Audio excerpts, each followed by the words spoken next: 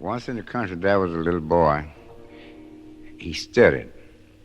And he stuttered so bad his mother couldn't understand what he would be talking about. And she never did know anyone to stutter but that one child that she had. So in this way of speaking, the little boy stuttered so bad the mother couldn't understand him and he couldn't understand mother because she would tell him, say, well, son, what you want this morning? He said, but.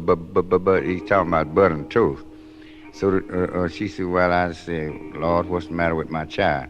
So he heard her. So the little boy decided he would leave home. So he taken his little flour sack and packed the little things he left. And he run up on a rolling mill, which was called Mr. Charlie's Rolling Mill.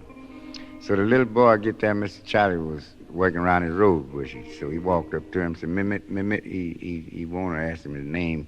But the man stooped, straightened up and said, my name is Charlie. So the little boy said,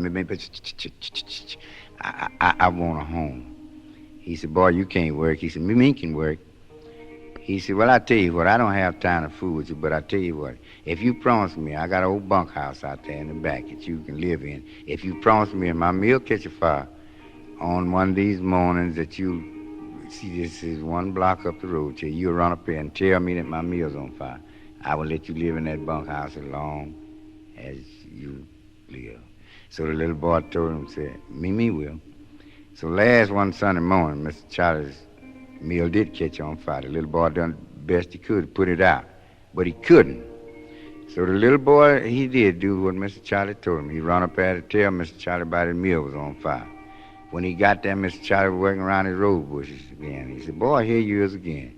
He said, you're trying to tell him your rolling mill is on fire. So Mr. Charlie looked at him and said, boy, listen. He said, I told you what I got to do my work.